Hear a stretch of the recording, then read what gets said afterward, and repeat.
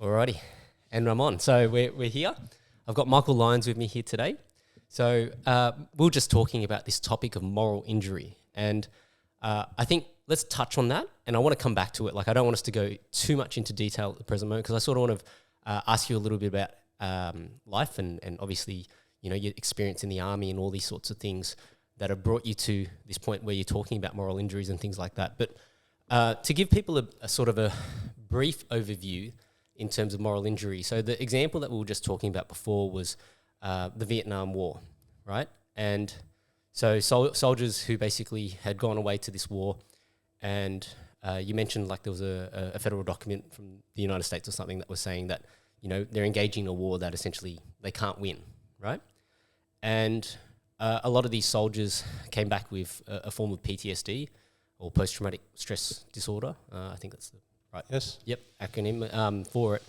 And what you were saying was that a lot of the times, you know, PTSD is one thing, but there's this idea of moral injury where because they've committed acts that obviously have gone against their morals, that's what they were actually struggling to deal with.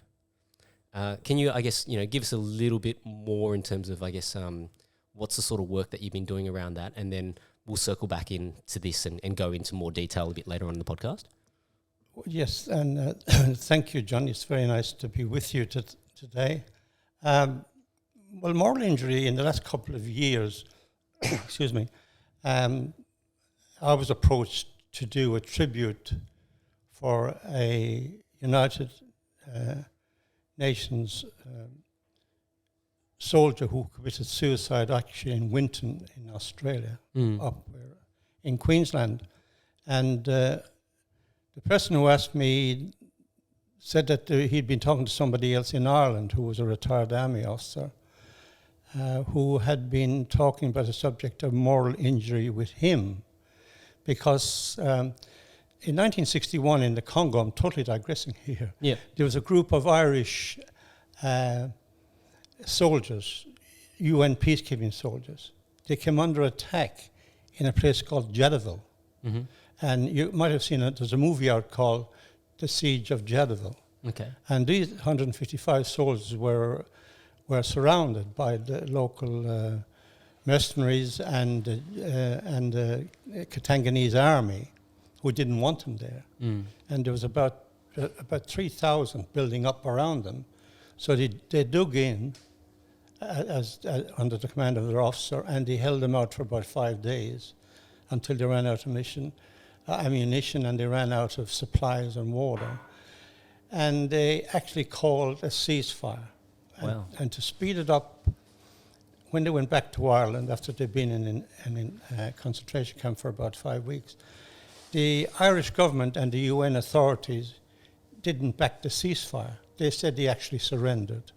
Wow. And they went from being heroes to cowards because the people around Ireland where they were said, oh, you blokes are cowards, you surrendered. And with the result is, over the years now, they did notice there was a trend that a lot of the people who were involved had committed suicide. And because they couldn't handle the fact that they were called cowards. Yeah. And it took the Irish government and the UN about 50 years to do something about it. They felt totally betrayed by the people who sent them there. Yeah. And the same thing happened in the Vietnam War. They were sent to a war that was not winnable, which was noted in the Pentagon Papers in 1970 when someone leaked them.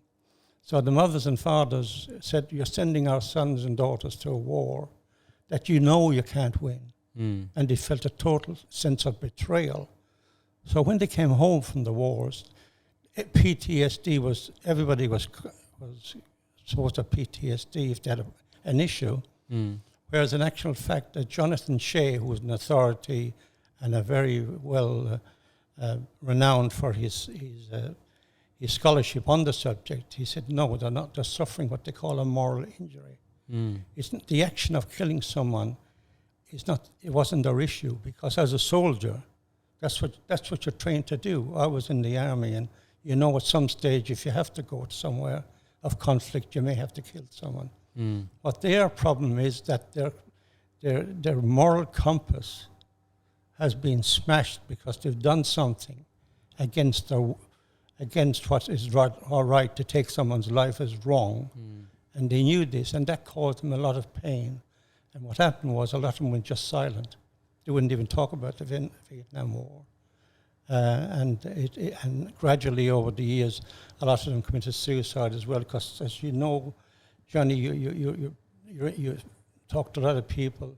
When you're silent about something and you don't want to talk about it, it's the worst thing that can happen. Yeah. So that's to encourage them to come out and not be silent. And anyway, to come back to what you asked me, myself and Leo Quinlan in Ireland, who was an army officer, and actually the son of Commandant Quinlan, who was the leader of this group in Cyprus that got attacked. He's on a platform with us. There's a man in Melbourne who puts it together. His name is Marty O'Connor, whose father was in that battle. And also there's Dr. Wally Jensen in America, who was a Vietnam War veteran. So we're kind of based and talk from a military perspective. Yep. Which is can apply to any first-hand responders. Can be. I heard the New South Wales nurse before Christmas. They were on strike, and she said, "You keep telling us that we're burned out and take time off." She said, well, "That's not the issue." She said, "We're being betrayed." There's an issue of betrayal here, where the government of Australia, and in the medical profession, they weren't getting the support they needed. And that was more of the problem than the fact that they were burnt out. Yeah. So, and policemen experience it, when they come across a situation where they may have to shoot someone. I'm sure they suffer a lot from that. But the action of shooting someone is part of what they have they're there to do. It's just the fact that it's against their morals that they're doing it. And that can affect them. And if it's not attended to, they go silent as well. They don't tell people. They get ashamed. Yeah. They feel guilty. Guilt, yeah. The people won't believe me, and they just go silent. That's the worst thing that can happen. And often they do commit suicide because they can't get it out there. And what we do with our Moral Injury International is to try and encourage people to talk about it. To share their story. If you can listen to someone's story without judging them, it's the greatest gift you can give them. Yeah. Because the story will come out different to them if they're not interrupted, or if they're not, if you don't judge them. Well, I think, there's that power of reflection as well when you're sharing something like that. That, when you repress it, it's almost like that wound that's festering, right? Like it's a wound that's inside you. You can't see it. Other people can't see it. And so, quite often it's like when people medical science is interesting in the sense that, when there's something that you can physically see, whether it's with an X-ray or XYZ or, you name it, then I think the science becomes a lot easier to sort of work out, okay, well, what is our strategy to address this? But then when you can't actually physically see it, it's almost like, it's like gravity, right? Like we all operate under gravity. We all operate under this gravitational pull of the sun. But from a day-to-day perspective, because we don't see it, we take it for granted, right? And so likewise, when it comes to these sorts of, these feelings of guilt or these negative emotions that we often repress because we're like, oh, it's, people don't like to talk about these things, or, I don't want to be the guy or the girl that puts everybody in a downward position, like, because we're talking about something so heavy and deep.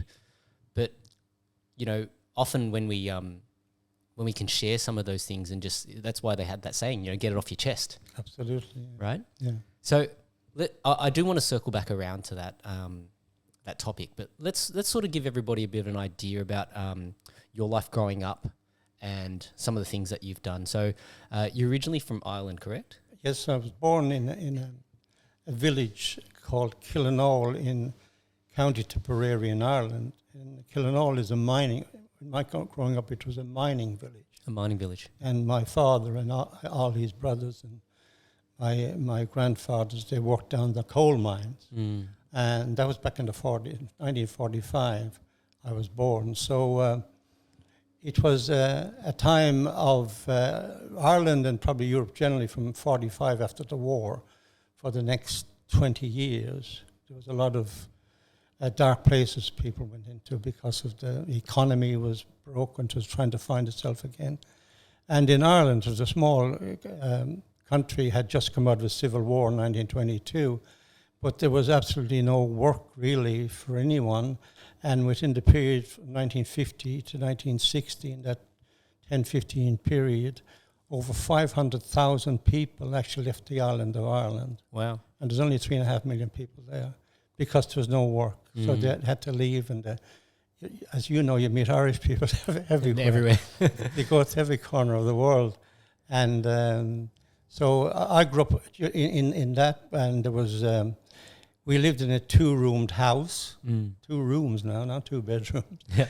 And half the house was the parlour and the fire and all that, and the other half was the bedroom with a curtain across where my mum and dad slept. And 6 of us, there was 8 of us living in that house. Wow. Six of us lived. We slept on the other side, and we walked to school, which was about 4 or 5 kilometres. Yep. There was no running water. There was no electricity, so we go to the well for the water in the mornings. And Yep. And we had paraffin lamps. So and I'm not painting a dull picture because my visions and my thinking of my early life, I was so happy. Yep. And I was never hungry. I never wanted for a clean bed, and our clothes were always nice and clean, even though they might have had patches in them. But they were always clean, and I never felt not being loved. Even though I'm sure around me, and my father, who was the only breadwinner, working down in a dirty mine, which was dangerous, and a lot of people got killed down there. And there was no work cover, so he actually passed away from silicosis of the lungs, which is you get from coal dust. Yeah. Which a lot of them, but none of them were ever compensated for things like that. Yeah. So that was kind of my early life, and then when I got to about 15, I had to make a decision. Again, there was no work. My options were to go down the coal mines or emigrate, because we didn't have any money to facilitate some kind of a scholarship or pay for university or college. So what do you do? And coincidental with that, the Irish Army had brought in a scheme where if you signed up for service in the Army for 9 years, which is a lot of years. Yeah, it's a lot of time. But you could get yourself a trade in the mechanics or carpentry or electrician. So I signed up for 9 years. And during those years, I did get a trade as a motor mechanic and qualified. Yep. And I was never a good army man. I was never a good soldier. It was never going to be my career. I kind of resented authority. And in the army, you always got to respect authority. You got to respect. I did respect it, but I didn't. So in 1965, then we were deployed to the island of Cyprus during the troubles there with the United Nations, and I was with the 42nd Irish Battalion, and we were sent there. And when I came back with the overseas allowance, which I accumulated, in 1966, I actually bought my way out of the army. You bought your way out? You could purchase your way. Yep. I didn't have to finish the other 9 years. Yep. So I think it cost me £200, and then you could exit. Yeah. Leave by way of purchase. Wow. So I had a trade, and then I left the army, and I hit for London, the bright lights of London. Yep. Okay, so there's a lot to unpack there. I guess for me, I'm always curious. So you mentioned there was 8 people in your household. Well, when there was 8 people in that house with 2 rooms, but then we were built a council house, or what do you call it here, subsidized accommodation. Subsidized housing, yeah. And we had 2 bedrooms. We still didn't have any running water. Yep. We still had to go to the pump the water, which is better than going to the well. Yep. And then another 2 arrivals. My another sister and brother arrived, so we ended up with 8 in our family, plus my mother and father. Wow. So to 10. your parents, and then so how many siblings did you have in total? There was 4 boys and 4 girls. So 8 of you guys. Wow. It would have been a very busy household, I'm sure. It was very, very busy, but my mother actually was from there was 15 in her family. Wow. And in my father's family, there would have been 11 or 12. Yep. I could never get the whole family there. But so big families was the thing, Catholic families, normal. Catholic Ireland. They were big families. But invariably what happened as the older kids grew up, they left. They kind of left and went working when they were younger and maybe emigrated. So then the younger people, the younger siblings kind of... had more space. Had more space, more bedroom. And out of curiosity, what was the schooling like? So you mentioned, you're walking 3 to 5 Ks to get to school. Do you remember much about school? Like what? No, I haven't got great recollections, Johnny, about school. But I remember walking to school, obviously, and we'd come home through the fields, And we lived out in the country, really. We were 2 or 3, 4 or 5 kilometres from the city. From the village. So there was hardly anybody around us. Our neighbours were miles away. Yeah. So we'd come home probably take us 2 or 3 hours to get home because we'd be mucking around in the field, in the fields coming home in the winter time. And in the summertime. In the wintertime, we were often snowed in and we couldn't go to school, which I used to love. I used to love when we were snowed in because I was never a great scholar. But we had the basic primary teaching, and then there was a technical school or a vocational school or whatever they would call it here. It'd be like a TAFE. TAFE, yeah. Absolutely. Yeah. It'd be a TAFE. And I did a bit of woodwork there, but at 15, and also in my latter years at home in Ireland before I left, I often took a lot of time off school to work with my father. In the mines? Well, he had left the mines by then. Okay. Yeah, he had left the mines because he got injured. And he used to work for local farmers doing various things, and I would go with him. And I was to work together with him. So, and I used to prefer that than going to school, actually. So, and then, of course, we had to make a decision at 15. We couldn't carry on to a higher education. So I became aware of this army apprenticeship scheme, which I took advantage of. But we had a happy childhood. We were always happy, even though we didn't have much in the sense of material wealth. We didn't know any different. We didn't know whether we were rich or poor. It didn't matter. It didn't. Yeah, exactly. You just make do with what you have. Yeah, absolutely. Right. Yeah. In regards to your father, you mentioned he passed away due to silicosis of the lungs. Were you around when that happened? Like, did that sort of onset? No. We've been in Australia since 1970. Okay. So he died actually in 1985. Oh, okay. So I did actually go back when he was my sister and me said, "You better come home. Your dad's nearly on the way out." And when I got there, he made a miraculous recovery. I don't know why. And I swear to God, he just got up out of bed and he was talking like normal. And I actually I was running a business then, and we had booked to go on a holiday. And I had to get back to Australia after about 5 weeks. Yep. I had to get back and say goodbye to him, and on the way back, he passed away. Wow. When I was on the way back, my son's at the airport. Said, your granddad's died. So I was on my way back, so he must have waited until I was gone. He just gave you a brave front, really, like to let you have... I don't know. I don't know. Sometimes these things, you just leave them. Yeah. You don't try to... Yeah, rationalize it. Understand them or rationalize, because that's the mystery of life and where God is in that particular... Well, I think there's something to be thankful there that, the time that when you did go back, you actually you got to speak with him. Well, this is true, absolutely. And that's one thing. A lot of people go back over the years that I've known, and the person has died before they got there, so actually my mum, when I went back, she had passed away, so I didn't have any last minutes with her, even though I had been home the year before, so 6 months before that. Yeah. Okay. So let's talk a little bit about the your time in the army and doing this motor mechanics apprenticeship.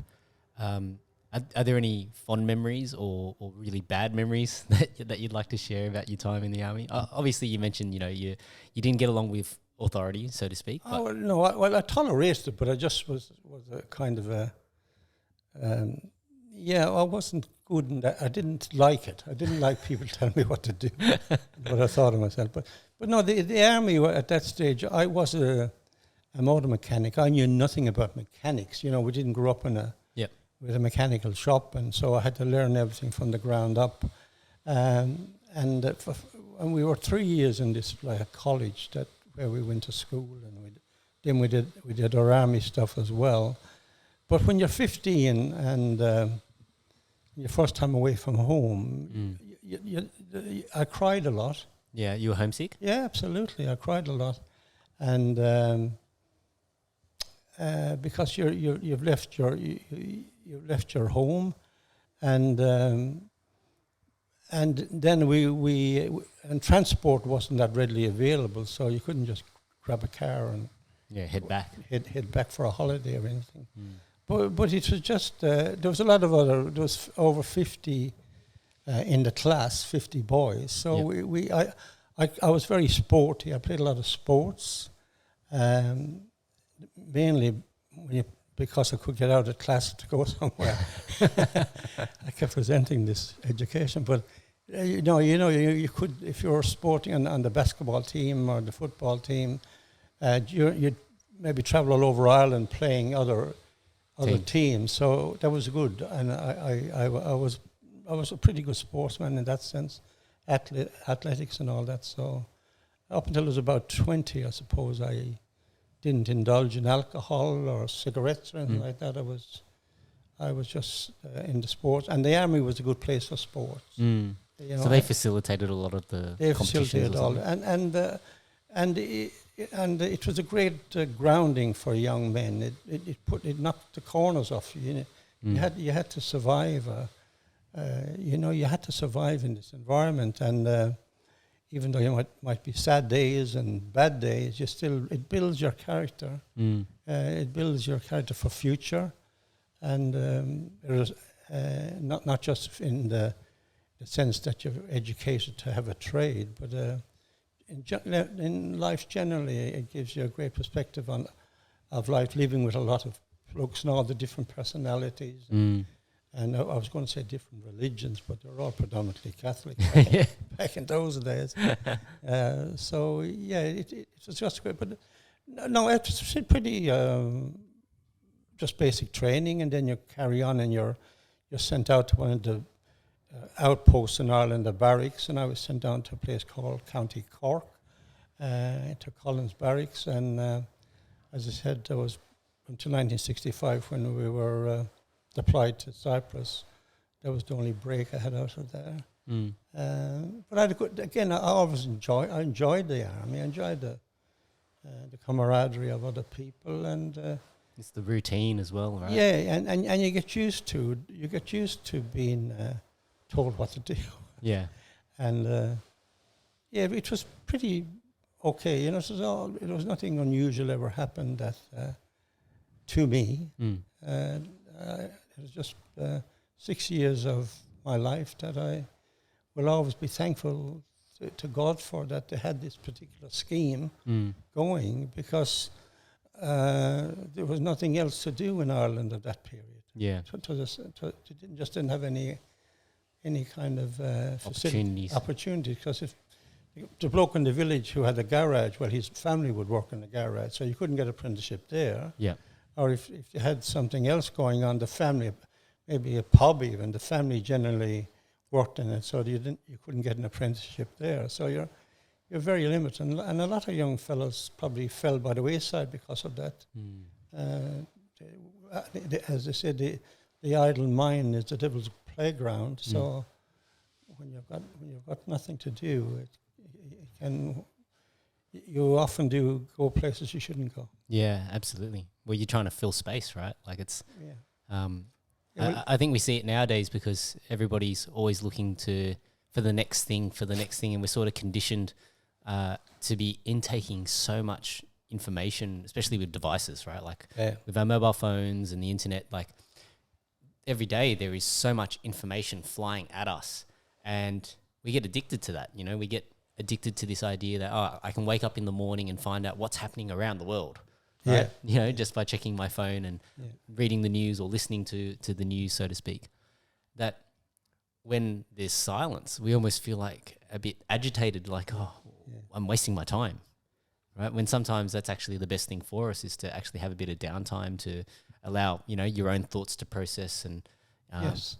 yeah. Well, going back to my father, now my father couldn't write. He couldn't write, but he could read.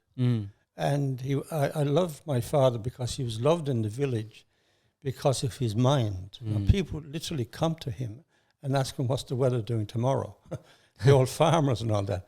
Because he somewhere was able to work it out. But he used to get the local, not the national paper, and he would start at the top, at the date, and he would read every possible page in that paper. Wow. Which took hours. Yep. But it gave him a great sense of what's happening outside the village and the world, as you just said. It's a bit like the internet today. It was his internet. Yep. And he could converse on subjects. I had him talking to my sisters one time about abortion and that. Wow. I didn't even know what it was. Yep. You know, but he could talk and on subjects which were very varied. And you think, but that's where he got his education from. And if you do read a paper, generally, you know, you'll see something that you'll bring up with somebody else somewhere else. Yeah, the general knowledge. That was his way, and people would literally, and I heard him discuss things and debate things, and I was always very proud of him because he could hold his own in any conversation, on any subject possibly. Yeah. Without necessarily have gone to a particular university or college or. He worked in the mines. As that. Yeah. So after you left the army, so you bought your way out. Yeah. You had 6 years there. You bought your way out. What happened next? Well, I went to London then. Yep. And in the 60s in London was a very. Someone says if you can remember it, you weren't there or something. It was a period of great diversity in the sense of music. Of course, drugs became more prominent, and but the music, like Tom Jones and the Beatles and all that, and that period was fantastic in the mid '60s. So I really just took advantage of that, and would go to concerts and parties, and I was very at a loose end. I didn't save any money. I spent it all. I was at a period then when I was drinking alcohol, so I would partake in that. I think I was smoking cigarettes, so anything I probably shouldn't have done. You got to experience. I got to experience it, and even I must say, Johnny, from a religious perspective, at that period, I probably even God didn't feature very much in my life. I knew about him. I knew there was a God, but I didn't. When I left home, I like the rituals of going to mass and all that became less. I'm not proud of that, but that's the fact. That's what happened. So from that point of view, I'd stay in bed of a Sunday morning and sleep because the night before I'd be out partying. So did you ever partake in any of the like I'm sure in that era there was a lot of drugs like acid and LSD and that sort of thing? Never. Yep. There were the drugs then were lighter. I think they're like magic mushrooms and all this stuff. I don't know. I never delved in it, but no, I never. I did enough alcohol research. But drugs, no, it never entered my mind. Yep. Drugs, yeah. So then, what were you working at that time? Yes, I got a job then working as a mechanic. Yep. With a local Ford dealer in London, in Brent Cross in London, and worked there for years. And then I met my wife, Celine, in about 68. I got there in 66, maybe 68. And she was in London as well? Yeah, she had gone to London. And she's from the north of Ireland, from a county called Tyrone. And we hit it off, and we got married in '69, and then we decided in 1970 to come to Australia. Okay, that's a pretty big decision to make, because did you have any idea what Australia was like back then? Well, the only idea I had was when I was in Cyprus with the 42nd Irish Battalion, United Nations, we had the Australian police, federal police, attached to us. I don't know why they were, and I was seconded by them to go as a mechanic. So I spent a lot of time with the Australian police, and they were lovely. They were very good to me, and they'd say, "Oh, you should go to Australia and build yourself a garage, and make a lot of money." And so that was probably always in the back of my mind, subconsciously. But then at that time, they were also advertising for people to come to Australia on the £10 POM scheme, which you've probably heard of. No, tell me about that. Well, it cost you £10. You had to give them £10 each, which and you came to Australia. But if you went back before 2 years was up, you had to pay back the fares. Oh, okay. So a lot of people came to Australia for the £10, and most of them stayed like us, because at that period Australia only had 11 million people in 1970. So they needed to populate the country. Yep. And that was the way they did it, by encouraging people to come over for migrate. 2 years, and hopefully they would stay. And that's we did it for 2 years, but 53, 54 years we're still here. Yeah. So the fare was £10 to get to Australia. Yeah. That's, I guess, when you think about it, in those days, like with inflation now, like what do you think that would be equivalent to nowadays? maybe £50. It was still cheap. Still cheap. Yeah, very cheap, right? Yeah. What was that journey like? So well, we came. They had stopped coming by ship then. We came by aircraft, and we came into the Kingston Smith Airport, and we were taken to a place in Dollychill for migrants, where they kept you for 2 years. For 2 weeks. You could get for 2 weeks, and they give you a voucher for your breakfast up in the local cafe. But Australia was a totally different place, and we still had a white Australia policy in 1970 when I came here.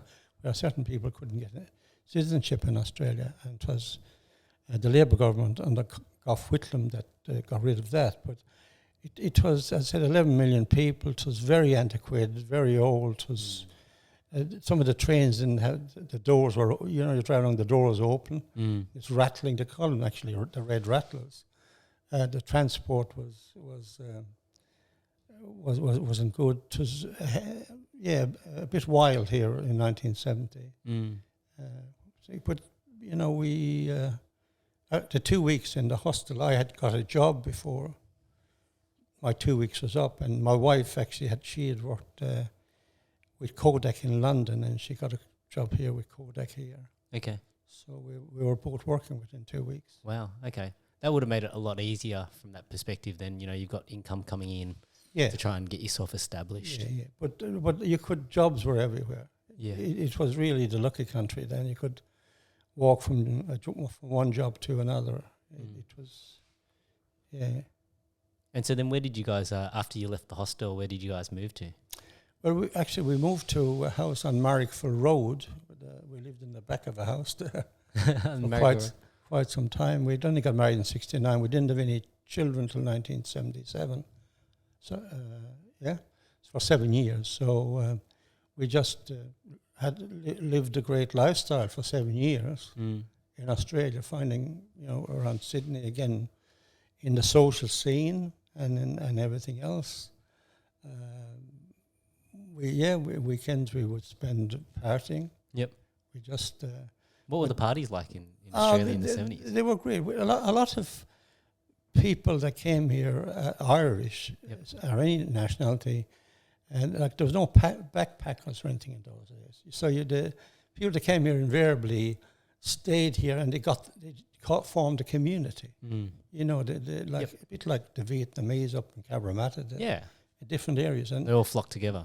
Together because you're comfortable with your own people. So we spent a lot of time with the Irish community, even though I was working selling cars. I was with everybody, but a lot of people just spent all the time with the Irish community, but made it a bit easier, but there was no FaceTiming and all that. Communication with Ireland or the UK or any other place in the world was very, very Poor. poor. You couldn't just...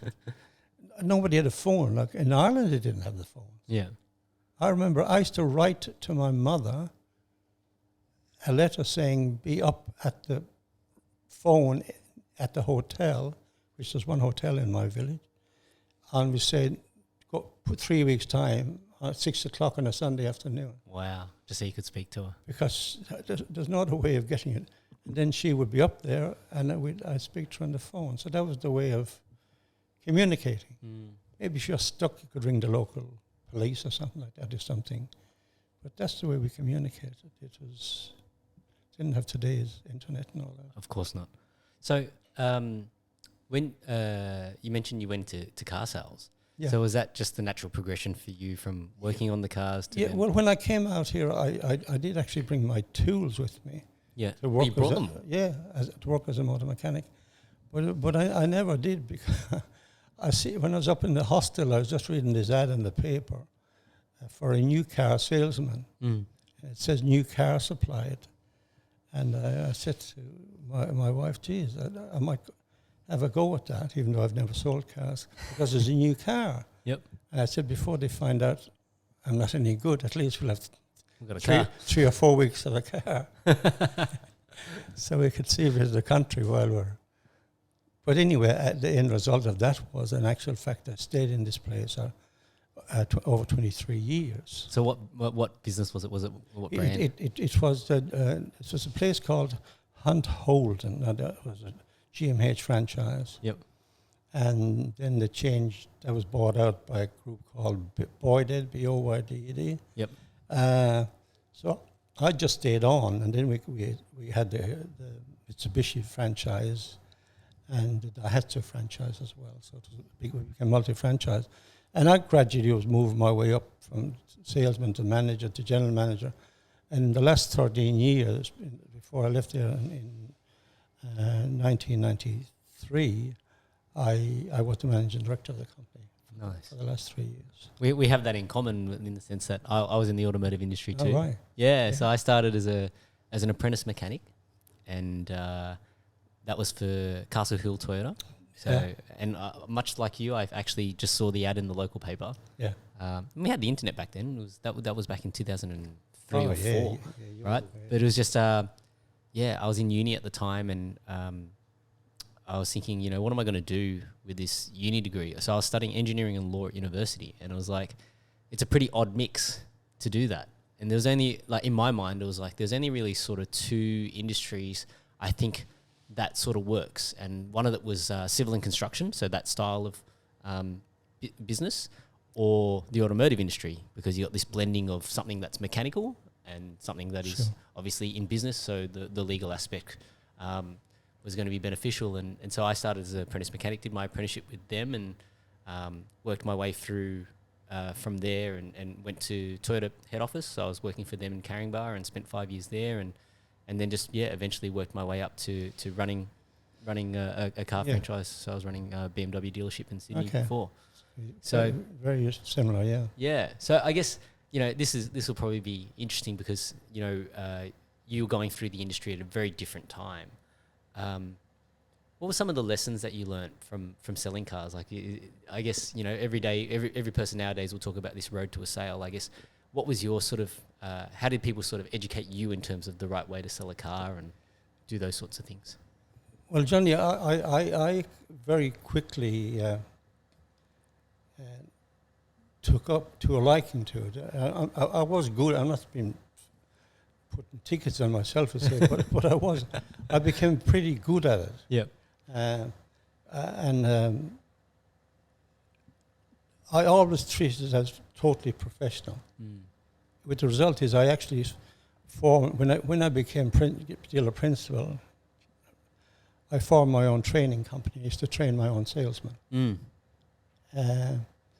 And I would, because you're employing people, you say, I'm employing people with experience, which you can, and people do, and we did. But then they're here for 2 years and they're gone again Yep. to somebody else. So I said, I'm going to train my own. I insisted that they wore clothes, that they wore a tie. It's a small thing, but they said, oh, it's very warm today. I said, I don't care. You wear a tie. You wear a tie. I said, you got to look professional, speak professional. They're only small things, but like, don't use the word bucks, $10, $100. Say, use dollars. You know, this is silly stuff, but I was so conscious of that you, because the car industry, as you know, is not very well on the rung ladder of credibility. It's very well down at the bottom. I think when one of the lists basically had lawyers, real estate agents, and prostitutes above car salesmen. So I used to say to the guys, we're going to go against this trend. That's what we're perceived to be, and just you got to be professional. Treat people professionally, and go right through the sale. No quick sales. No, how much do you want for your car, and what, you know? No, you go to the sale without going into it here. But I just treated it totally professional. Yep. And I didn't. People who didn't want to walk the walk with me, I'd say, go. You know, some guys want to show off the gold and the open neck shirts and all that. I just never liked that unprofessional part of that industry. So, and we were pretty successful till 1990. We had a very big recession here, I can remember, and things weren't going good for me financially then. So I actually, in 1993, I sold my interests, and I went up to Queensland for a couple of years to manage a dealership for a friend of mine, and then I came back, and my family were going to move up, my two boys and Celine. I'd even bought a place up there in the city. But anyway, that wasn't working out. I was going up and down every second weekend, and it's very difficult. It's difficult. So I decided to come back, and I ended up coming back and buying a smaller car at Rockdale, and I sold ex-government cars under the name of Erin, E-R-I-N, Erin Motor Company. And Erin is the Gaelic for Ireland. Oh, okay. So I formed this company with a partner, and we sold, which was much easier, less costs, easier to manage. Yep. I had done my days of managing director stuff and all that was gone. Yep. And we did very well that until 2004, when I sold my interest there and retired from the industry. Yeah. I'm a bit curious about this because, you know, when you first started as a salesperson, did you ever have any vision that, you know, you're going to go and be a dealer principal, managing director of these automotive businesses, or is that just something that it sort of just came as you progressed through? It came. I was never ambitious. I was never driven by collecting money. It didn't enter my psyche. I like to be successful and to succeed, and money is a byproduct of that. Yes. But I never literally went down and said, if I can earn so much, I'll get that job and I'll make so much and then I'll do this. I never totally analyzed it. And if I look back on it again, and I'm probably going into a religious part of it now, I'm now convinced as I get older in life that I was where God wanted me to be.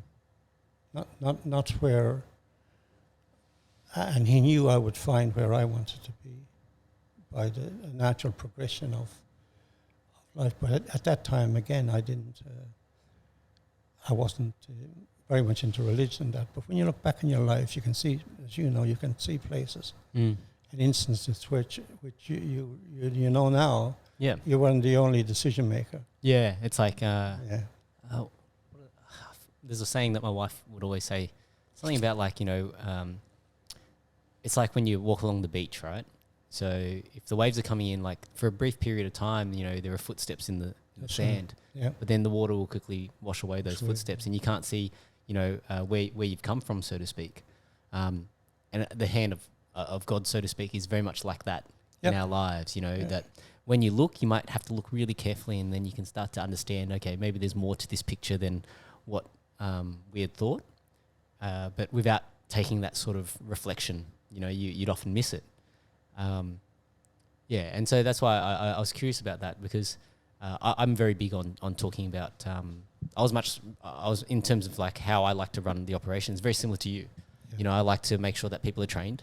I probably wasn't as strict on the tie thing, just because I think in today's age, it's different. Yeah. It's a little bit different, and I think so because when I was with the luxury brands, like there was a bit of an expectation around the ties, but at some point it became almost like a barrier for some people. Like people would come in and then feel like, oh, you guys are like dressed so over the top, and here I am, like a tradie would come in wanting to buy a Mercedes or a BMW, and they'd be like, oh, you're looking down on me.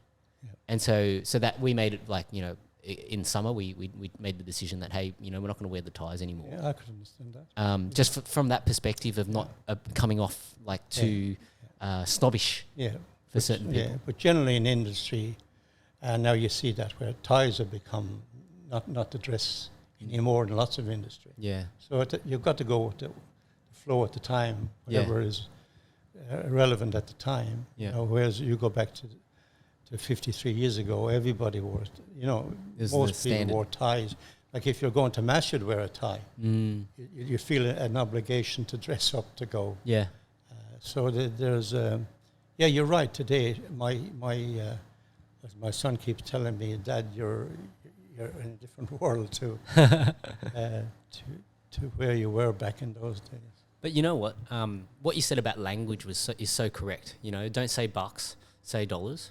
I used to very big on this with my sales teams is let's not use the word contract. Let's use the word agreement. It's these sort of basic nuances of language that just soften the touch with the customer. Yeah. Right. And I think it's something that a lot of people take for granted, especially in, if you don't think about it when you're just talking from a day-to-day perspective, we get very careless with our language. Whereas the more, and it's not to say it's being strategic, it's just the more critical we are of our own language, we can actually shape how other people view us as a result of it. Yes. Right? Like it's that first impression. Yep. If I speak, with a strong accent and I use a lot of slang, like it's going to give off one sort of outlook versus if I speak very professionally, very accommodating, smiling and welcoming. Absolutely. It's not that difficult. Yeah. So, I guess, when you reflect back on your time in automotive, was there any sort of any stories that you'd like to share in terms of, I guess, the difficult times or some of the great times? You already mentioned, obviously, the recession, and that's what led you to sell some of your interests. But it was again stories. I probably don't have any stories that would make any kind of meaning. As I said, I went along. I said, you're 23 years in one place. It's a lot of years, No, nothing really. I thought I was good at relating to the guys in the workshop, because I came up through the service side of the industry, and workshop part of your dealership it can be very valuable part and a very strong support in the sense of the money, the total value of your dealership, and selling service was I thought it was pretty good at that. I recognize that if you do a good job on the servicing side of the industry, and the parts and all that, the sales side, the front side is kind of it looks after the front as well. It's a total thing. So I was very fortunate, I think, that my basic training was in the service side, because I could go out to the workshop to the guys, and they all knew me. A lot of them started there 20 years ago, and they were 20 years older when they were still there working. And I always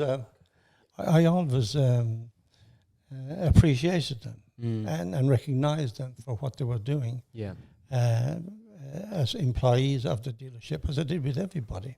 I'd never it's like the cog of a big wheel. Everybody's got the part to play. Yep. And if one part is not going well, it affects the whole lot, you know. So, and service to me was a very important part of the industry. So I spent lots of my time in there as well as in the sales side. Yep. Yeah. Was there any, in terms of you as an individual, right? Like, I always look back on my growth as an individual between the years that when I first got to that level of being a dealer principal and in comparison to my later years of being a dealer principal, like I feel like I grew so much as an operator, and I also realized in reflection some of the ways that I approached it initially were very different simply because, you know, I was at a different stage in my life where I valued success a lot, right? And I would say, like, as a manager, I often talk about this concept that most managers, they operate out of three. They have three different motivators, and those motivators are actually quite negative ones. It's fear, ego, and control. You know, everybody's worked with a manager who doesn't want to share anything because they're scared you're going to take their job. That's the operator that works on fear. There's the one that operates on ego. So any good idea, well, it's automatically their idea, you know, and it's all about them. And then there's always that manager who's so controlling. They're basically like a micromanager. Oh, I need you to do this. And then it's like, oh, I need you to do this, and I need you to do this, and I need you to do this. And it's like, oh, why haven't you done that, right? I mean, they've given you 10 different instructions. And so for me, when I reflected on myself as an operator in my early years versus my later years, I realized that, okay, I'm very much the ego guy and the control guy because as an operator, it was like, okay, I know that I can do it to a high standard. But letting go of that control to be able to trust your people to do that is a different story. And when I first got to that position, it was like, oh yeah, I got here because of all the things that I was good at, right? And it took like, I had to reframe these things in my own mentality because I felt like I often talk about this, like that was one of my first big goals in my life, like was to become a dealer principal. And when I got there, it sort of like was a bit underwhelming. It was like, it didn't really change my life that much. Yes, I've got the title and I'm earning this money or whatever, but like I thought it was going to magically transform my life, and it didn't. and I often talk about this because it's like, this is like a, you know, I feel like anybody who hasn't achieved a big goal in their life, they need to sort of experience this. And then you've got, you know, two ways that you sort of look at this. You either go, okay, well, I'm now going to set this next goal that I'm going to keep chasing, and you keep chasing down the line. Or you have to realize that, hey, you know, if I keep chasing goals and every single time it's going to come up feeling a bit underwhelming, like it didn't really change my life that much, I probably need to refocus on something different. You know, perhaps life isn't about just chasing and achieving goals. It's, and this is, I guess, in terms of how I view it now, it's more about, you know, all these things that you can enjoy along the way to achieve whilst you're achieving goals. But those experiences are actually what life is about. You know, it's about the people that you help along the way. You know, who did you train? Who did you help? Who did you guide? Who did you actually have a meaningful impact on their life? And sometimes, you know, those impacts aren't necessarily because it was a positive one. So, and I'll give you an example. You know, I've had to let people go, and that's always a difficult one. You know, especially when you're a junior manager, so to speak. To let somebody go, you almost feel like you're failing them, right? If you care about people, all right? And I guess, you know, how I had to reframe that in my own mind was that me keeping them here is probably not in their best interest, because there might be something better for them that is out there, that they need this little push to go and recognize that opportunity. Sometimes you have to, you know, as much as people love to say, oh, you know, don't go and quit your job until you've found another job. Sometimes those opportunities, like you're not actually actively looking for those opportunities because you still got your foot in one side of the door, right? And so I guess to sort of circle back to, I guess, my development as a manager, when I was saying I had to reframe it, instead of drawing my ego from, oh, I'm so good, I got to this level, I had to make it about my people. That, oh, okay, how good am I now at making my people good, right? And then when it came to control, it's like, okay, how much control can I actually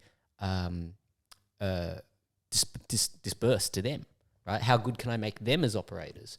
And that was when I feel like, you know, I reached a different level in terms of being an operator, and I think also in terms of my own personal self-development of reaching a different level in terms of how I viewed the world. For you, I guess when you reflect back on your time in order, and perhaps this might, blend into, I guess, your faith journey, so to speak. But I guess, when did you feel like there was a time of significant sort of self-development for you?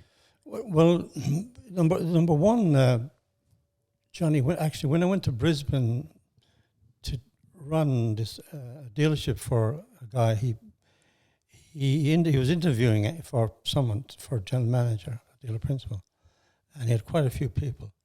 And when he came to my interview, he said to me, "How do you motivate your sales guys?" And my answer to him was, "I don't." I said, if I've got people that I have to motivate, they're not working for me. Yeah, they're the wrong people. They're the wrong people. I'm not going to come in every morning and come on now, rev them up and all that. I said, there is self-motivated people out there. Yep. Who will come, and you'll know it. You'll know it very quickly. And I said, so to answer your question, I don't in the sense, some people you have to help. Yep. But and even as regards sacking people, maybe it's the salespeople, you just give them targets that they can't. If they can't achieve them, you just say, well, that's the rules here. You need to be doing 10 units a month over a 6 month period. Now you've been only doing 4 or 5. Initially, you tried to help them. So what can we do to help you to get you up to the 10? And you work with them. You work with your managers. But some people they're in the wrong place. Yeah. And as you said, it's a bit unfair to keep them hanging on when they're not. They really should be there's a place somewhere out there that you'll be found and you'll be okay. But usually I left that to the managers to sack people anyway. So, for you then, in terms of your own sort of self-development and growth, like where do you feel like that came from, I guess? Do you feel like that was more from your faith journeys then, or? Well, it's like everything else. Your earlier life and your home and your earlier teachers, and as you walk life's journey, the people that influence you, that you listen to, they all go into your spirituality. They kind of mold you into what you are. And I'm talking about spiritually. I'm not talking about religion here. I'm talking about the spirit. Everybody's got a spirituality, and that grows as you go along. And but when we come to Australia, like you're working, you're trying to build a home, you're it's work, play. That's your journey really. But along the way, you do meet people, and I've met people along the way that I've really, I'd say I would listen to, and they really helped me to grow. And many more actually from the religious. But that didn't come into my thinking. I was involved with some different associations, we'll say welfare and all that, which I've always been involved with. And a lot of them at times I would meet maybe a nun or a priest or a padre or whatever. And I think they're people of great wisdom, who are usually much older. They're the people that you learn from. Yep. Because wisdom can't be taught in a school or a university, or you can't read it in a book. Wisdom is from the inner self that someone has developed over the years. As they say, you get great wisdom when you're put into a place that you've never been before. If something happened here where we're talking of a bomb, you've got to think a way totally different. That's never happened to you. So how do you handle that within that? Yeah. And you learn so much from that's the wisdom you get out of life. Being in a place you're never before, and you have to live in there and make sense of what's going on in there. Yeah, and the experience. And experience. And generally speaking, when you people who've lived a long life, they have probably been through a lot of that. And they're the people I was always like yourself. I was always interested in people's life. I love looking at biographies of people and what they've done and what they haven't, or what they should have done. And so, yeah, that's a life's journey. You never stop. I never stop listening to people who have wisdom to impart. Yep. Yeah. Can we talk a little bit more about your faith journey then? So, because you mentioned that when you're in the dealerships and things like that, like you don't really have time. Like that was one of the things about the automotive industry. We're a 7-day-a-week, business, and you don't really get a lot of time to sort of consider some of these other things. But I guess when did faith start to come back into your life? Well, I suppose not having time it was an excuse, really. I did have the time. I could have made the time. But I just didn't feel a sense of... I knew about God. Being brought up in Catholic Ireland, you'd have to know about God. But actually, we were brought up probably in fear of God. If you do that, God will get you, or type of thing. There wasn't a lot of love attached to it. I'm thinking back now, and as also Catholics, you probably won't find many Bibles in Catholics' homes. We weren't Bible readers, and we didn't have Sunday school like maybe Protestants would have and all that. You're relying on your teaching in the classroom and Sunday Mass ceremonies to tell you about God. And half the time of that you're not listening. You're looking for a quick Mass so you can get in and out quickly.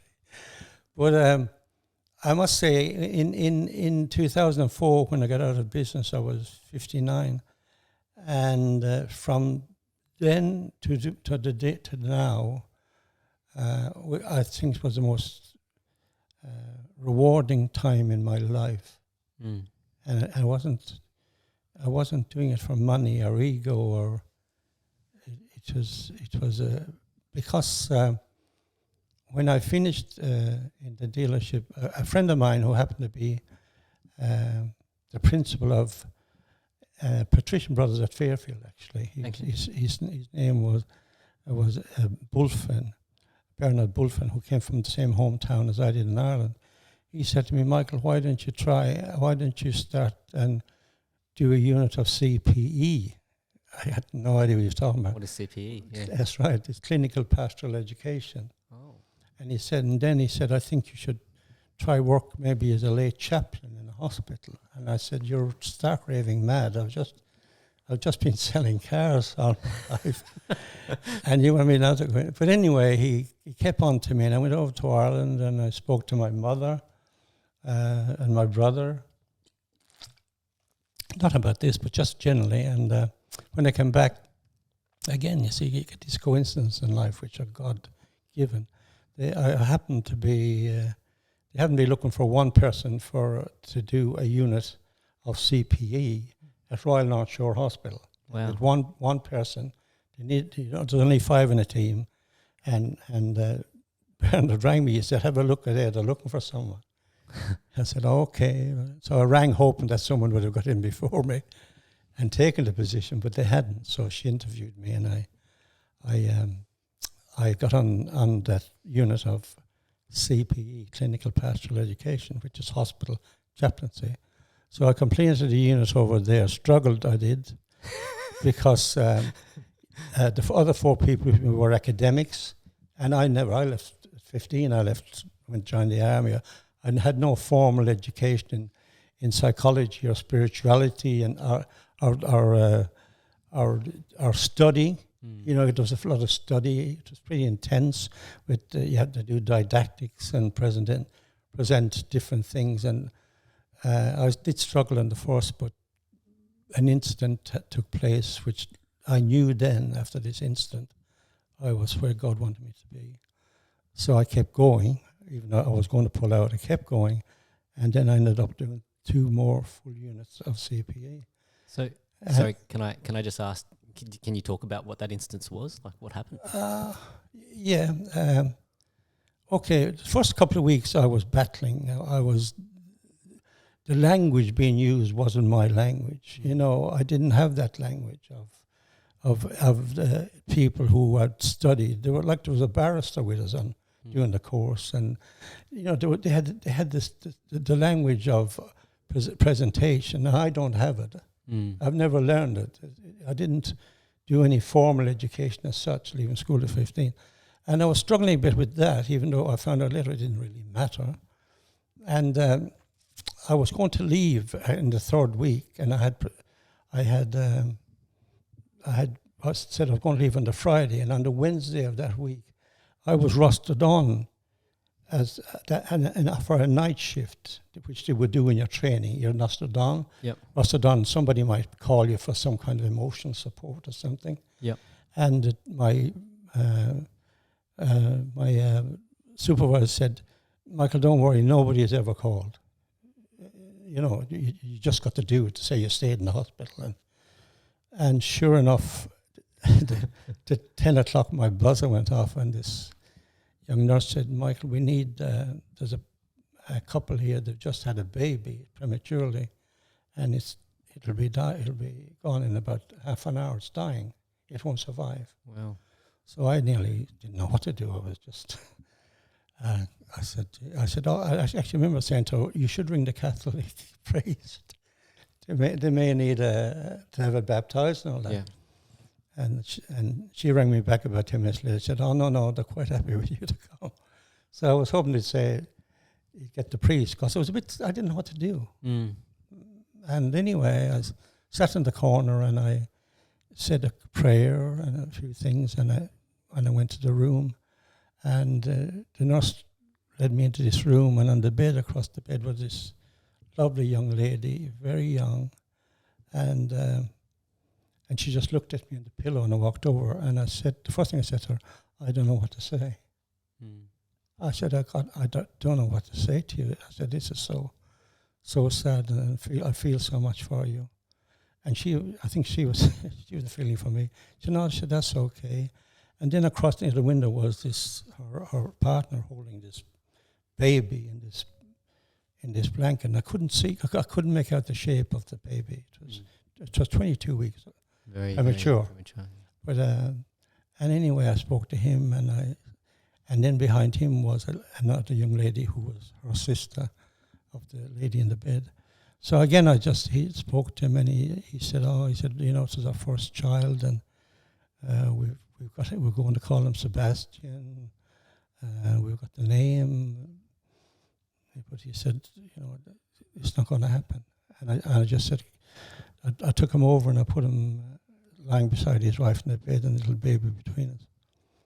And we spoke about, you know, and I assured him that the baby was now absolutely with God in heaven. She's very Catholic, this lady from another country. And we prayed, and I left them. But and then I went back to this little room we're in. I just cried. I remember ringing my wife, actually. But the next day, my supervisor, I told her, and she said, "You better go home," she said, "because in there all night you don't get any sleep, really." Yeah. So I went into the chapel at North Shore before I went home, and I must have sat there for 2 hours looking at the cross. And I kept thinking, if I wasn't on duty last night, or someone that could go to these people and pray with them, that baby would have left this world without even a prayer. I know it would have gone to heaven, but for the parents, to deal with the grief, for them, I'm sure it helped in some way to know that they were little boy was prayed for. And then that's when I said, "No, I'm where God wants me to be." Wow. That was when it hit me. I said, and I got a new lease of life, and I said, "I'm going to study, and I'm going to do all this, and I'm going to read more books," and which I did. I said, but the result is I did another unit at at St. Vincent's, and during that, I again, you think my wife said one day, "Do you know they're looking for a pastoral care or a chaplain at St. Vincent's?" I said, "No." I said, "I'm studying there." Well, she said, "It's in the paper."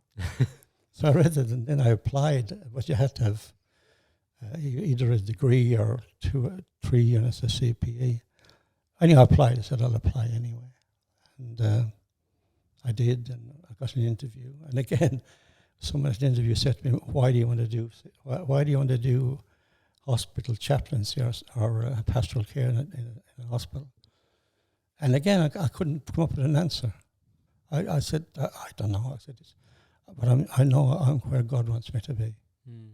That was my answer. Yeah. And I was there for 10 years after that. Wow. Yeah.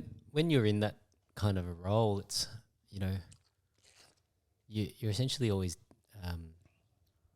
dealing with very difficult situations. Yeah. And I guess I always find this an interesting point that, when people are faced with very difficult situations, no matter how spiritual or religious they are, they often will, ask God in their time of need for, help or something, right? And this is one of the things, I guess, that shapes my view in terms of like what kind of a relationship that I choose to have, with God, in that sense that it's almost like, if you consider like, however you consider God, but most people would say if you say it's like your father, right? You can have many different types of relationships with your father. You could have a father that you don't speak to, right? But the way I sort of looked at it was like, okay, if I have this father and I'm only going to talk to him in my time of need, and when it's like, oh, Dad, I need $1,000. Like if as me as a dad, if my kids did that to me and they begrudgingly, if obviously I love them, right? Like if they didn't talk to me in 10 years, but then said, "Oh, Dad, I'm in trouble. I need this." You just sort of go, "Okay, yep, here you go," right? But you'd also feel a bit like, "Oh, I wish you'd talk to me," kind of a thing. And so that's what I guess sort of influences my decision to have that sort of conversation. To talk to God in the sense that every time that I'm going to go do something, it's like, okay, thanks for the opportunities, because as an example, this conversation just came up because Nellie mentioned, she asked me and she said, "Oh, Johnny, you still on the podcast?" And I go, "Yeah, absolutely." And she goes, "Oh, there's a couple of people I wanted you to speak to." And I was like, "Okay, fantastic." And she passed me your details, and that's how we organise these things. And, I feel like these opportunities, yes, you can say they might happen by chance, but I don't necessarily feel that they all happen by chance, right? And so I always look at that to influence how my conversations are. Like, I don't want to just be calling or it's almost like calling and asking in my time of need. I want to make sure that I build a sort of dialogue there that, first of all, there needs to be some kind of appreciation for the things that we are blessed with in life, and then when it comes to suffering, like I sort of view it as it's almost like watching the news, right? When you watch the news and it's always very negative, it's very easy to walk out of that and then be like, "Oh, yeah, the world's in a mess," right? Because all we focused on is on the negative things. But much like, in the car industry, it's like when you think about a certain car and then suddenly you see, a lot of those cars on the road. If you think about a red Toyota as an example, and then suddenly everybody's going to start noticing red Toyotas after listening to this, right? And they go, "Oh, geez, there's a lot of red Toyotas out there," right? It's about what you fill your cup with. If you fill it with the negative stuff, then all you see is negativity. But if you fill it with gratitude, and I think that's, the logic behind a lot of gratitude practices and all those sorts of things, you find more things to be grateful for. I guess why I bring this up is that I'm curious about how you approached these things in pastoral care, like when you're faced with so many negative sort of situations or hopeless sort of situations. Like obviously they take a toll on you as well, right? Can you speak a little bit about that and I guess how you sort of deal with that? Yeah, yes, of course, because in pastoral care in a major hospital, my wife said to me one day, she said, "I don't know how you get up and go to work every day and you're dealing with people who are sick." I also used to work in the hospice and dying, and they're in ICU and emergency. And you're with people, you're in this structure every day where it's it's all over the place. You know, there's people dying, they're not dying, they're going for operations. So you do hear a lot of stories, and again, the story is, if nothing else you gave someone was the gift of listening to them, which you're trained for really. And like someone said to me, "Oh, you'd be good at this because you were a salesman." I said, "No, you got it the wrong way around. I've now got to listen, not talk. So the gift of the gab is not... It's not useful. It doesn't work that way. So you have to learn to listen, and sometimes it's tough to you hear things which are difficult to listen to. But if you can, and if that's the way you're built, that can be very empowering for the person who was listening to you. As a matter of fact, they've done so many studies, especially in America, where people in hospitals who have been ministered to by a pastoral carer absolutely leave the hospital quicker than people who haven't. Wow. That's factual. That's not made up, because, you know, even older people, aged people, they still got meaning to their life. Like the personhood is still there, you know.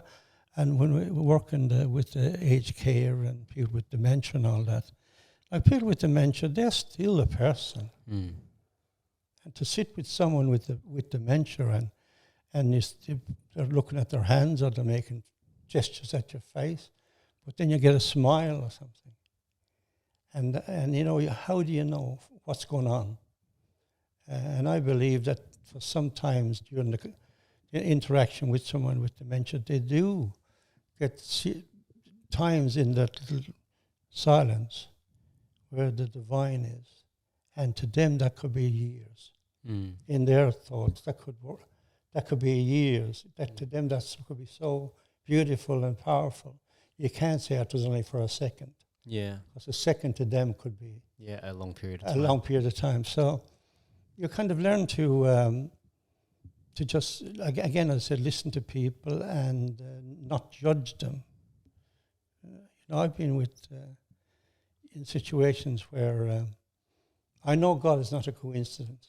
You know, I was on one weekend and I passed this room. There was 36 people on the floor, and it's a weekend and I was giving out communion, and I just passed by this door of this room, and there's a man looking out at me, an elderly man, just looking, and for some reason I said, I'm going to go back there. I don't know why. And when I went back, his wife just was coming out of the bathroom, of the ensuite. And I said, I'm Michael, I'm from the Pastoral Care, I'm doing... I said, he said, we're up at the Opera House the weekend, and her husband had a heart attack. Wow. And he ended up in St. Vincent's. But he was all right. And she said, today is Sunday, she said, and he never misses Mass of a Sunday. And I said, well, I'm a Eucharistic minister, and I always carry the Mass of the day with me. The pamphlet. I said, I've got the pamphlet of today's Mass. I can also give your husband communion. And they were just so overjoyed that he could get communion on his Sunday, which was part of his life. And I left, and I said, why did I stop? There's 36 people in this wall. Why did I stop at that wall? Yeah. Because I said, that's a coincidence. I don't believe in coincidence. It's only a small story, but there's plenty of stories of things that you go through in pastoral care, be it in the parish or where you know it's not a coincidence. There's something else working behind it. Yeah. And so do you lean into your faith to help you get through some of those more difficult ones? Absolutely. I've had some... at the present, I'm battling with a pretty terminal type disease, cancer, AML, which there's no cure for. It's a bone marrow cancer. So again, that's my journey at the moment. So when I heard it and I was diagnosed, I went straight to God. So, okay, so can we talk a little bit more about this? So, how long ago were you diagnosed? In April of this year. April of this year. And was there something that, were you feeling unwell already? Or? Yes, so I was feeling tired, and I was feeling, when I walked, I was out of breath, and in conversation with my GP, which was there for something else, I was just telling him about this, and he said, you go straight to St. George, which I did, and that was the diagnosis of it. AML, which if you look it up, it's acute myeloid leukemia. It means my life is shorter than I would want it to be, probably. And in the face of a diagnosis like that, how do you view, and I guess this probably leans into a lot of your experiences in pastoral care as well, but how does that shape your view of mortality? Like, I guess, how do you sort of approach this idea that we're not, everybody's got to go at some point, right? Yeah. So how does this influence your perspective on it? Well, it doesn't, I don't think about it. I said to someone one day, it's like playing in a football field and playing in a football game where, a lot of professional football people or soccer or whatever game you're playing, they often get sick before they go on the field with nerves and will they win, will they score a goal, and all that. But my game is a game, but I've got God on my side. He's one part of the team. So I don't have to worry about the end result because I know what it is. I don't have to worry about scoring goals. I know what it is. It is eternity with God. Now I believe that through my faith. So I leave that. I don't have to think too much about it. And the practical things around it, which are going to be, well, there's no point discussing them now. I'm not going anywhere yet. Yeah. So that'll take its place. But that's the way I look at it. And I just feel for people who probably don't have a faith. And, I was listening to Stephen Fry, who's that English actor. He's been interviewed by a man called Gay Byrne, who's an Irish interviewer, great interviewer. He passed away a few years ago. And at the end of this Gay Byrne, he interviews personalities all over the world. And at the end of it, he says to them, what would you do when you get to the pearly gates? What would you say to God? And Stephen Fry, who was a self-confessed atheist, he went into a tirade. How can you talk about a God who can let a 6-year-old kid get cancer? He said, he really it made me cross. The way he totally said, well, you believe in all this shit? He used explosives and everything. He was so down. He said, what God that can allow a world with this extent? And I just thought, this poor man. If someone came to me, and you've been with people, I've been with people at the bedside where they've had the cancer and the kid has died, and you can talk to them in a way that gives them hope. I can give them hope that kid will be one day united with you in heaven. That's my hope, and that is all our hope. I said, what can Stephen Fry give someone? He can give them nothing. Yeah. He can give them nothing. Yeah. All he can say is, I'm sorry this happened. Yeah. But he can't give them any hope at all. Whereas through my faith, I can give someone hope. Yeah. And I had them recently on YouTube talking again about this. But that's his journey. Yeah. Yeah. That's an interesting one, there's two things that really resonate for me in terms of so I guess to give you a bit of context, right? Like I was a person, I've never read the Bible, so to speak, and how I sort of have come to this idea that God exists is not through traditional means. It was actually through a psychedelic drug, and basically, and I'm sorry because I've been talking about this a lot recently because I feel like it's a very important thing to touch upon because everybody's at a different stage in terms of spirituality or faith or these sorts of things. But I guess where it led me was down this pathway that if you think about life, it can be so you wait 100 years and people are gone and there's a whole new group of people, and we go back through, like, even if we just say the 2023 years up until this date, before, well, when Christ was here, so to speak, and in that 2023 years, you think about it, that's maybe 24, 25 people. If you were to go back through like an ancestry, so to speak, it's not a lot of people, and then you start to think, okay, but how long is the history of humankind, right? And then you go back into this idea of, okay, how old is the universe? Like, how old are all these sorts of things? And so in the scheme of things, like, we're not even a speck of sand in this big universe that is infinitely large, right? The larger the universe is, the smaller we become. And so we're like this, in some frame of reference, like, I guess, if you're thinking about it from, say, like from God's frame of reference, we exist in probably as like not even a nanosecond for him, right? But for us, just in the same way, and I thought it was kind of beautiful how you were talking about the person with dementia, and like that brief moment where we see a smile for a second, in their own mind, that could be a very, very long time. It's the same thing for us in living this life, that, in one sense, it's brief. It's a speck of sand in a huge, ocean or whatever.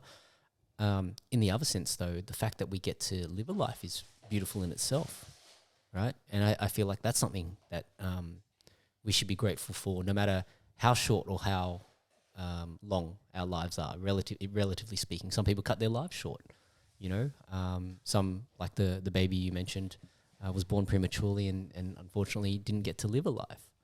But I feel like, all of these sorts of things, they do tie into the fact that, okay, but what does that mean for you? What does it mean for you as the individual, right? And so I guess one of the sort of epiphanies that I had on this experience was that, that the whole part of God's unconditional love is that we get to choose the life that we live. And in that sense, we get to live a life that is full, right? Because we get to chase the things that we think are important. We get to learn about ourselves. We get to experience friendships, relationships, love, all of these different emotions, the happiness, the sadness, like all of these things are all in one sort of experience that we get to live in this ride that is life. And I feel like, so my wife was the one that actually, I read all these notes and she was the one that said, oh, that's a Bible passage, right? I'm like, okay. And she pulled it out and I'm like, okay, yeah, I can see how somebody's gotten that then. And then the other thing that I think that really speaks to me for whatever reason is Ecclesiastes, where he's talking about everything is vanity, and that, we're really driven by very, very vain pursuits in life. And the more you think about it, almost everything we do has this level of vanity, whether it comes from accumulating things or buying things or, wanting to show off or any of these sorts of things. Like, a lot of it really, really stems back to vanity, and there's vanity in almost everything that we do.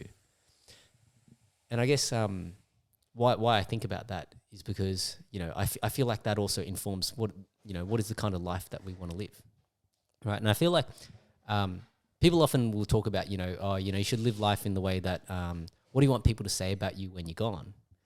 And I have a very different perspective on that. It's like, well, what do I care, because I'm gone, right? do you have any thoughts on that, Michael? Oh, I probably would care. I wouldn't like to be thought of being an unkind person who lives his life, but I don't dwell too much on it. I wouldn't. It doesn't come into my psyche about what people might say about me or because I'm gone. But I know what type of a life I've lived. To know that nobody could say much bad about me, because I know my life like you do. You know, my conscience is clear in that sense. We were talking earlier about moral injury. I have had no injury to my moral compass that I'm going to die with. saying, I wish, I had a guy, speaking to a guy in the hospice. He was 94 years of age, an elderly man. He was dying. Lovely old man, I remember, and I got talking to him, and you form a relationship with him. And after a couple of days, I go back, and I said, Michael, the one thing that's really still sticks with me is when I was 24. Now that must be 70 years ago. He said I was one of the first people to have a car in my family, and I had my girlfriend in the car, which became his wife. And he said, we're driving to a city, and it was a wet night, and I hit this little girl who ran out on the road. Oh, wow. And I killed her. And he said, I was never charged or anything. He said, because it was her fault. Yeah. But he said, no one has ever wanted to listen to me. Everybody keeps telling me to, no, don't mention that. You're only going to upset yourself. And his wife, who became his wife, she said, no, I don't want to hear any more about it. Don't be talking to the kids about it. And for the first time in his life, he found me, who was prepared to listen to him. And it took him about a half an hour to recollect the story and tell the story. And I'd go back to him, and every time I went back to him, he would say, I'm glad, so glad that you're back, because I could tell you that story. And I said, well, yeah. And so we just, one day, he was a Christian man, but he wasn't any particular denomination of Christianity. And I said, would you like me to, why don't we pray for the little girl and for you and your family, that she is in heaven. She's gone to heaven with God. And would you like to do that? And he said, I'd love to do that. So that was, I'm sure he died actually a few weeks after that. But he passed away, I believe, with some sense of closure on the whole thing. Yeah. Whereas for 70 years he was told, no, don't talk about it. You're only upsetting people. When you shared that story, you actually just hit a bit of a nerve for me, because so my mum so when I was in, whether it was year 11 or year 12, so my parents were going through a difficult time at that time, because my dad had done something wrong to my mum, and obviously my mum was quite upset, but one day she was driving her car to work, and a teenager ran out onto the road chasing a tennis ball. And obviously, she's going on the Prospect Highway in Seven Hills. It's like a 60k, 70k road or whatever. And she's hit this boy, and they've smashed through the windscreen. And I think they ended up being okay. I don't actually know, because my mum obviously didn't talk about it, right? And so, when I think about this idea of moral injury, like, I know that for my mum, like, after this whole thing, she has had some mental health struggles as a result, right? And I guess, yeah, like, you could say it's PTSD, and I would often, when I was reflecting on it, I would say it's like, the straw that broke the camel's back. She was already feeling all this pressure and unhappy and very sad about things that had happened in her personal relationship, and then you add this on top, and whenever anything like that happens, like, that child was probably, that teenager was probably the same age as me, right?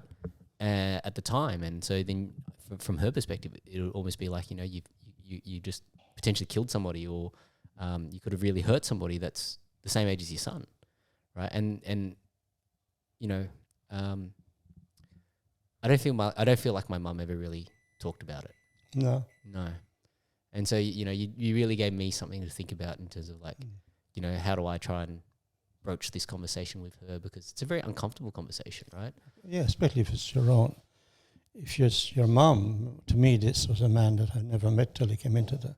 Yeah. So maybe I've often sensed that's the good reason for pastoral care in hospitals. Is you're the person lying in the bed. You're nothing really.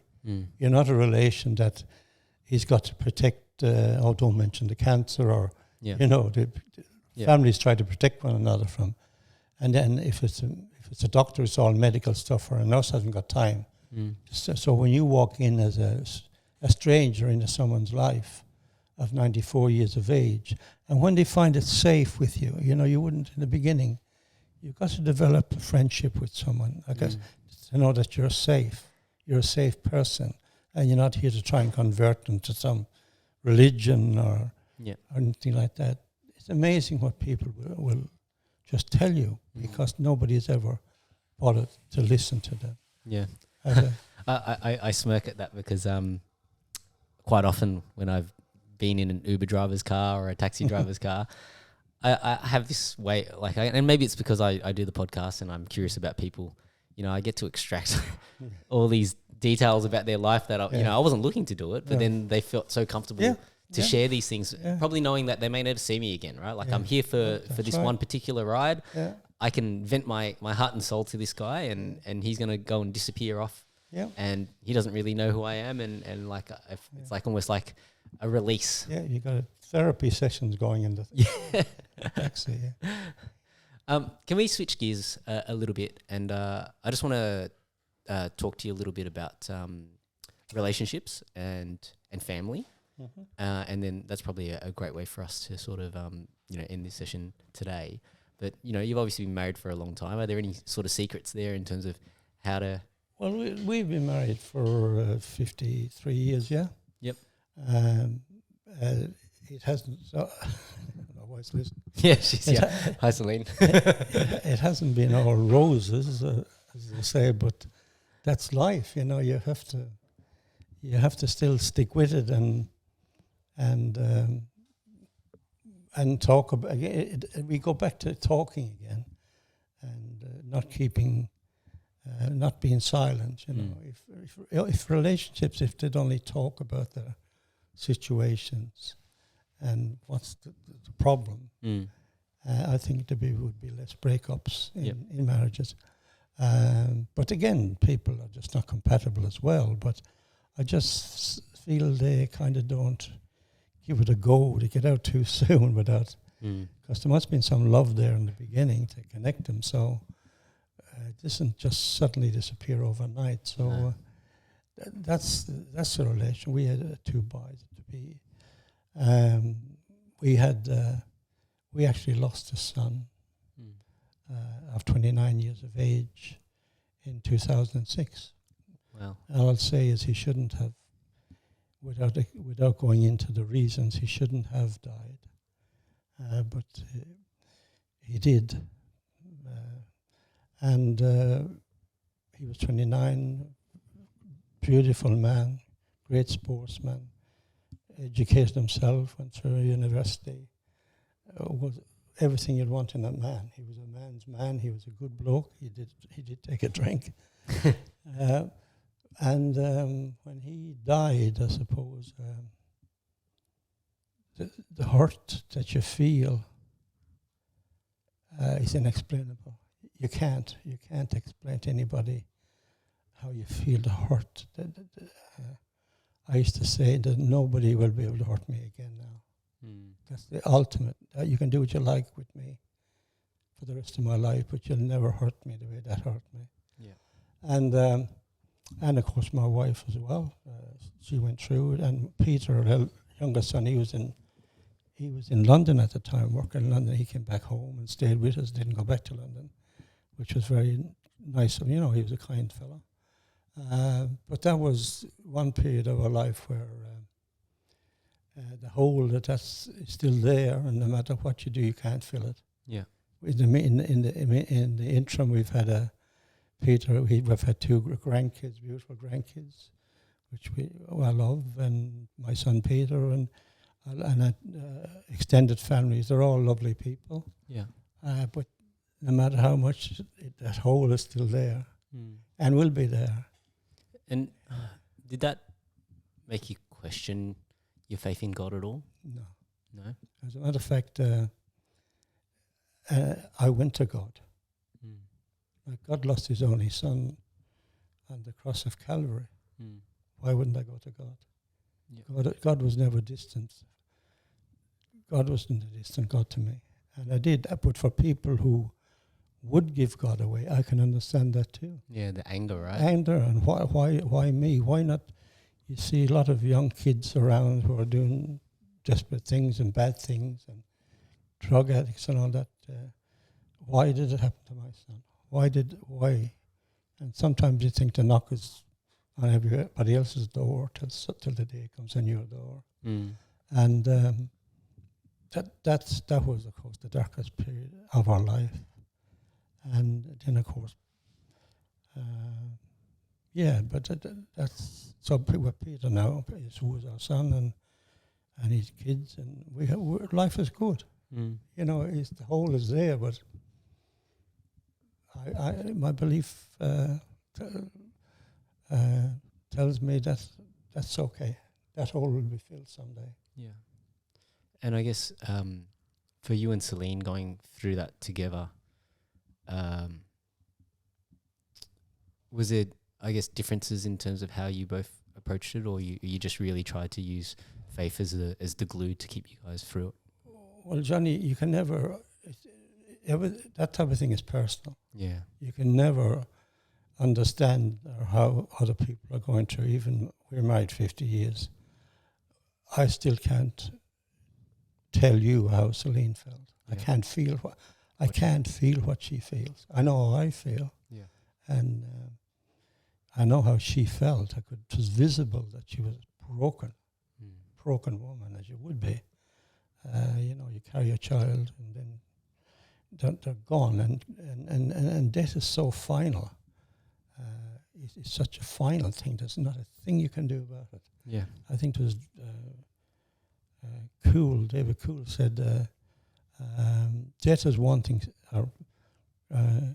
grief is wanting something that you know you can never have again, type of thing. It's just so final. There's not a bloody thing you can do about it. Yeah. And that if you dwell on that, it could drive you to anything. Yeah.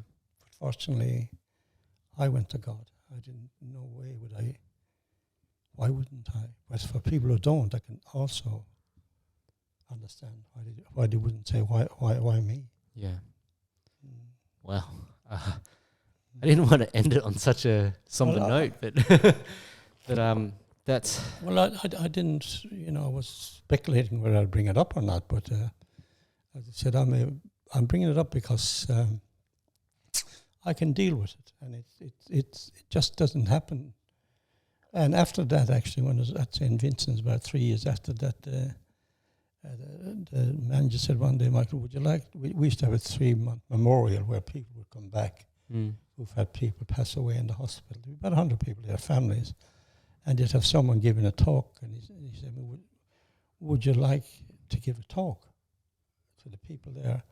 And I thought about it, and I said, yeah. And I started off by telling that story about my son, which I kept a diary for a year, actually, and how I felt.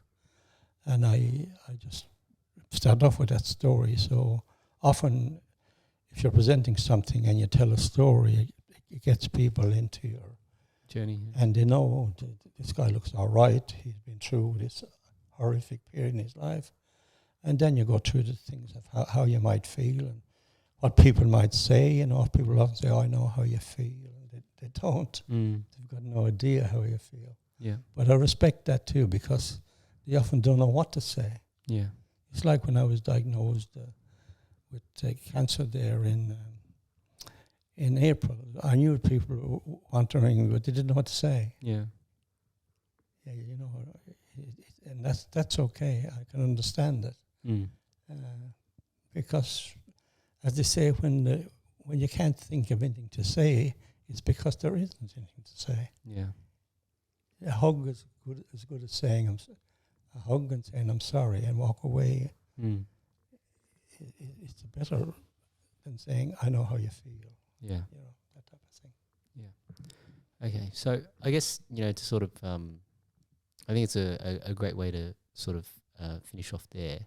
I know it's a bit of a somber note, but it's given me a lot to sort of go away and think about. But in relation to the moral injury stuff that you guys are doing, if there were people out there that wanted to sort of understand more about it or get involved in some sort of way, is there a way for them to connect with you guys? Or yeah, if you there's a website, moralinjuryinternational.com and moralinjuryaustralia.com. Yeah. And there's podcasts on there. I've been involved with some, Other people have been involved. There's a variety of podcasts. A lot of it is military based because of that's where it came from originally, was from the Vietnam War. That's when they realized, as I said, that people, whatever actions they committed which were bad or they saw happen, affected their moral compass as opposed to having that they were stressed about it. You know, it was internally, it was emotional. Yeah. Like emotional, it's like in a hospital. The fear of emotions is palpable in a hospital. You know, when you walk into a hospital and you're with people, like they're either going to have a serious operation or they're waiting for the results of tests. They're maybe dying. There's so many emotions going on in there. Yeah. But they're inside. When your emotions are internal, they're very difficult to minister to. You know. Yeah. It's not a medical. Like, moral injury is not a medical condition, or it's not a mental condition. It's emotional, and by sitting down, letting someone talk to you, and get them out of the silence, is probably the only rightful way to address it. All right. All right. I think let's we'll end it there. But thank you so much for your time. My pleasure, Johnny. And I really appreciate you sharing. Okay. Thank you, everyone. Good luck.